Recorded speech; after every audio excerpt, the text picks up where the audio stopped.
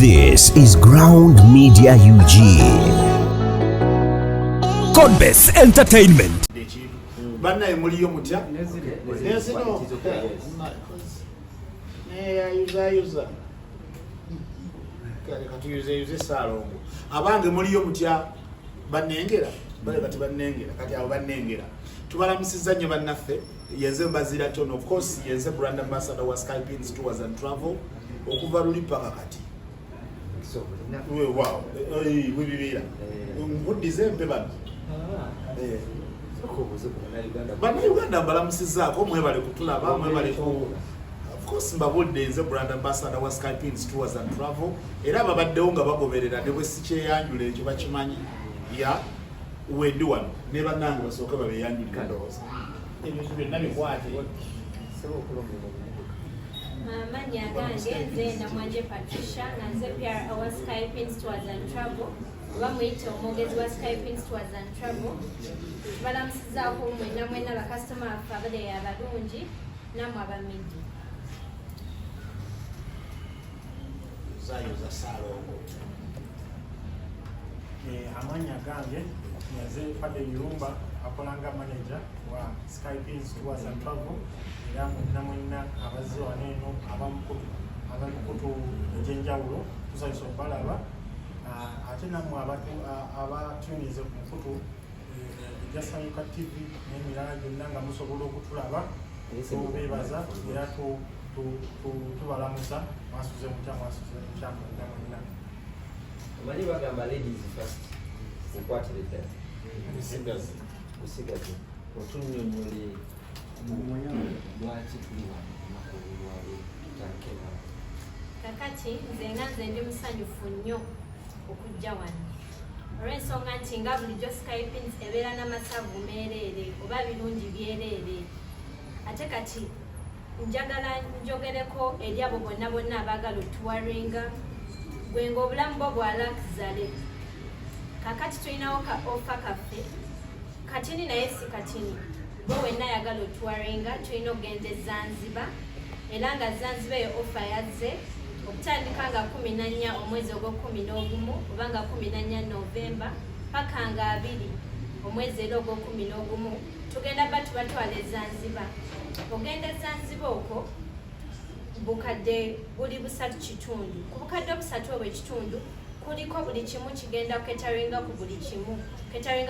batya accommodation okutuwaringa around abaagala owugga n'abaagala okukola ebirala ebyenjawulo nga bemmanyi webugenda okutuwaringa ate ekyenjawulo ekiri mu kino simanyi nakumanya saagala musibwe nakusibwa tuwa guide ow'enjawulo owa luxury ye mukama waffe ennyininyini mukulu Don Chris yagenda otambula nammwe kati bw'osubwa kakisa kano otambula n'omukulu ate mba simanyi kyoyagala kati njagala mujje mutambule naffe actually slots tulinawo ntono era njagala mujje mwewandiise ku bukadde 3 kitundu bokka ate ogenda gendera mu nnyonyi ba switi si baasi nnyonyi era njagala mujje mwewandiise olinye actually noba tolina passport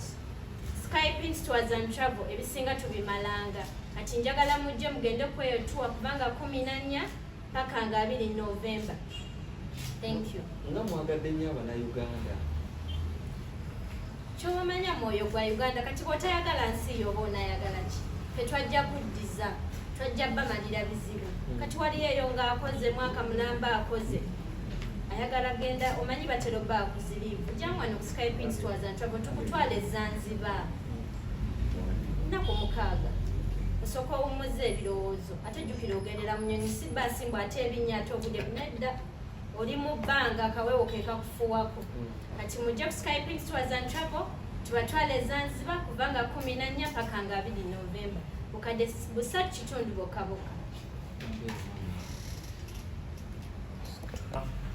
Skypins Tours and Travel wala mulungi era ayogera bulungi eri abantu kyo kituufu mulungi nnyo mukwogera so kyengenda okusookerako ensonga gyengenda okwogerako okusooka akansooke neebaze abantu mwenna abasobodde okutulaga omukwano nemutwagala mwebale kutuwagira Skypins eyongera ddala okusaabaza abantu ate ng'ebayambako mu bizibu bingi nnyo abantu bajja nga tebalinaako kasente kamala naye bambi ffe twajja kuweereza bantu era tubayambako ne tugamba nti leka tukutambulize ku looni osobole okugenda otuukiriza ebirooto byo. So Skypins eyongera ddala okwebaza abo abantu bonna abongedde okutwongera abantu ate nga batukolera akalango. Mwebalire ddala, mwebale nnyo. Ensonga gyengenda okwogerako endala ebipya bye tulinako kati mu budde nga buno. Skypins yeeyongedde okwongeramu ebirungo. Erina packages empya ze tubadde tulangalangamuko nti zijja zisabukulula era Mukama mulungi zituuse ne zituukirira. Tulina bingi nnyo bye tubaleetedde. Mu Europe tubadde tetukyasaabazaamuko bantu nga tubawa emirimu nga just tubatwala butwazi nga ku tourist, naye Mukama mulungi twasobodde okufuna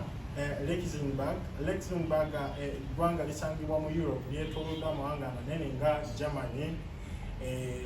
nga France. So nawo kati tulinawo emirimu nkuyanja pia agenda giyingiramu munda gimenyemenye mulabe nebyemusobola okukola ki abantu emirimu gyemusobola okweyongerawo kubanga yo it is now a hot cake. Kyebiza okubagamba it is a hot cake. Era mwe monna abadde beesunze okugenda mu Europe kano ke kadde akatuufu naawe ojje weefunire ekirimu waneeno ku Skypins. Skypins we are number one. Bonna abo bayinza okugamba nti Skypins si number one, njagala baveeyo balage obukakafu, naye ffe abakyakutte kisooka okubeera nga tusaabaza abantu. Era abantu mwenna abatulaba twagala bakakasa nti tuli ku kituufu era tutwalira ddala abantu. Mutuleetera abaana bammwe tubasaabaze basobole okugenda batuukiriza ebirooto byammwe n'okwekulaakulanya n'okukulaakulanya Uganda yaffe eno. So PR waffe agenda biyingira munda tulinawo agamba nga Mwami Makona wagambye, MC Makona wagambye nti nga Skypins was and travel kuyisa mwami ekitiibwa ekyo kusebo nga MC Makona bwagambye ti Skypins nga mwagala nnyo abantu, Skypins nga mwagala nnyo abantu. Munnange tubaagalira ddala kuba kati wali nze ne mbagamba abaagala otuwaringa mugende kwegamba ffe tuli owalakizale tukutwala, oyagala ogenda okukola okyusa obulamu tukutwala. Kati kakati emabegako tubadde nga tubagamba nti tulinawo ogenda mu nsi ya Luxembourg naye nga tubagamba tetunafunayo mirimu. Kati Katonda mulungi nnyo, emirimu gyalabise. Era gwe wena yagala ogenda mu nsi ya Luxembourg nga bulijjo Skypins was and travel tukutwala ku half loan.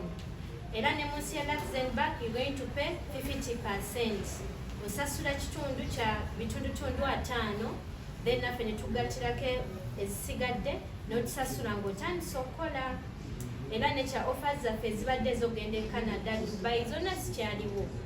Ate ekyenjawulo ffe tetulina, sigenda kujja nkugambe nti tukutwala mu nsi bweti nga tetulina mirimu. Nedda tuli open era nga twegenda ne tubagamba luli Luxembourg weeri ne tukibagamba naye tewali mirimu. Kati emirimu gyalabise, kyekyenjawulo kye tulina ekyo. Era njagala mutwettanire mujje tubatwale mugende mukyusa obulamu. Ensonga ki twabayise tubibabuulire era gwonna ali eyo gy'otulabira ku mukutu gw'osinzire otulaba, obudde bwonna gy'otulabidde n'ensi gy'osinzidde otulaba. Bino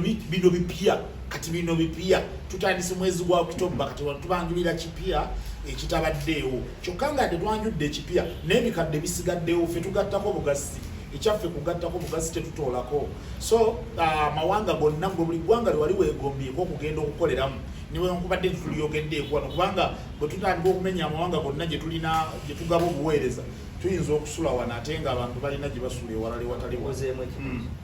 Nkulabye ebbanga ddene olinnya ennyonyi Dubai, weya Canada, weya but nawe Zanzibar ogyesonze enyanzi. Kakati Zanzibar ate kati ebyezanzibar bulijjo tubadde nga tugenda buli tulinnya ennyonyi tuba tugenze kukuba ndongo ya binyaanya but this time around tugenda kugenda Zanzibar nga tugenze kulakizale. Olaba kye tugendako tugenze ku olwo okuwemu bw'okitaka okitegedde kakala tukote olaba mu abatalina magulu mu bukuba mukanate oloffe so wolo bame tubategeeza eyo package weri mujangwire era nyongera okubajjukiza buli ayagala okutweyunga ku nsonga ye Zanzibar esimu yaffe gikwate wonna oli mu kulaba wagiwandika ku kisenge oba uwa wandika 0709 wandika 707 osembyeyo 1997 ojja kuba otulina ate waliwo n'ennamba endala gye twabagatirako endala bagamba ne MTN mutuweeyo tulina 0772 27 14 awo wonna oba oli ku Skypins Tours and Travel nga tukutwala nga tugenda tweyagala nga tukiringa nga tukomawo and this time around kigenda kubeera kya tabbo nnyo olw'ensonga kigenda kuba masavu nti Donny Chris yagenda okubeera waggulu eri kati kitegeeza nti watota oba otambulidde ddala top 10 yennyini kati ate buba busungu bwereere family yonna mugyetikka nemugitwala osobola okutwala kisinziira mu busobozi bwekubamu netugamba buli omu wakoma wakola ki wakwata oyinza okugamba nti nze oyinza okuba oli eyo ng'olina kampuni yo oba olina media house oba ki nogamba abakozi bange kamba twaleko katripu kano bino byansi byakola ki byakuleka noga nti kamba situlemba twale Skypins Tours and Travel fe wetuli kukuyambako okutuukira gwotasobola kutuuka kuba ate kati n'olugendo lwangu nnyo tebiriimu manya visa manya byakola byo kati wano kumpi kyokka nga yadde kumpi tugendera mu nnyonyi kakati ebyo ebintu bannange mujja kubimagaamageyo temina nyonyi mujja kubijja bisoboka wakunooka ku Skypins Tours and Travel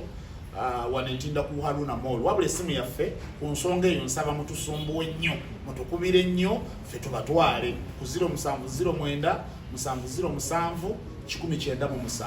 oyina ekirala ky'obuuza oyinayo ekibuuzo kale omuntu ayinza okwebuuza nti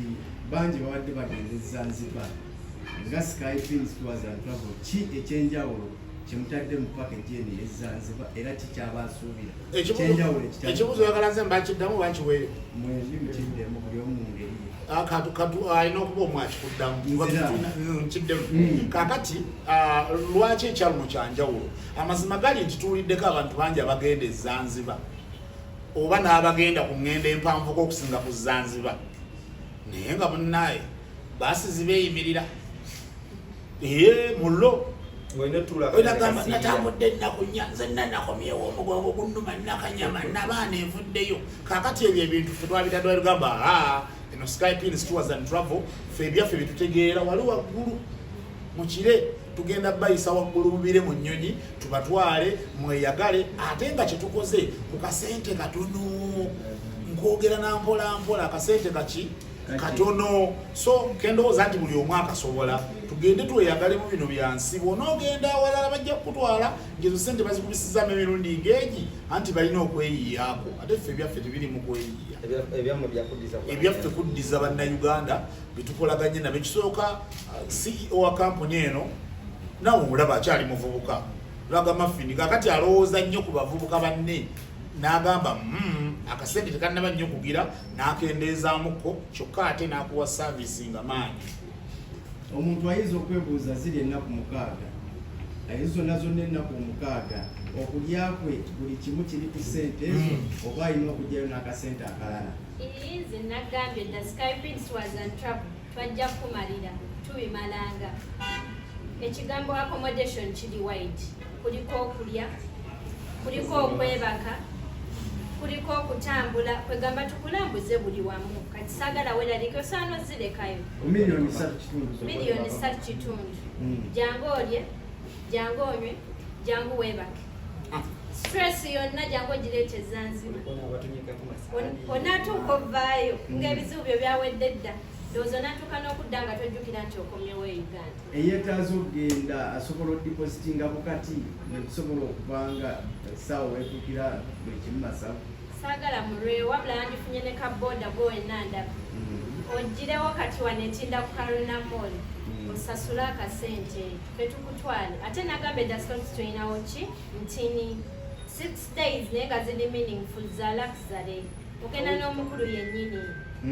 saagala musube munnange mumulaba ku TV abamu waliwo ayagala omulinanako jangu omulinaneko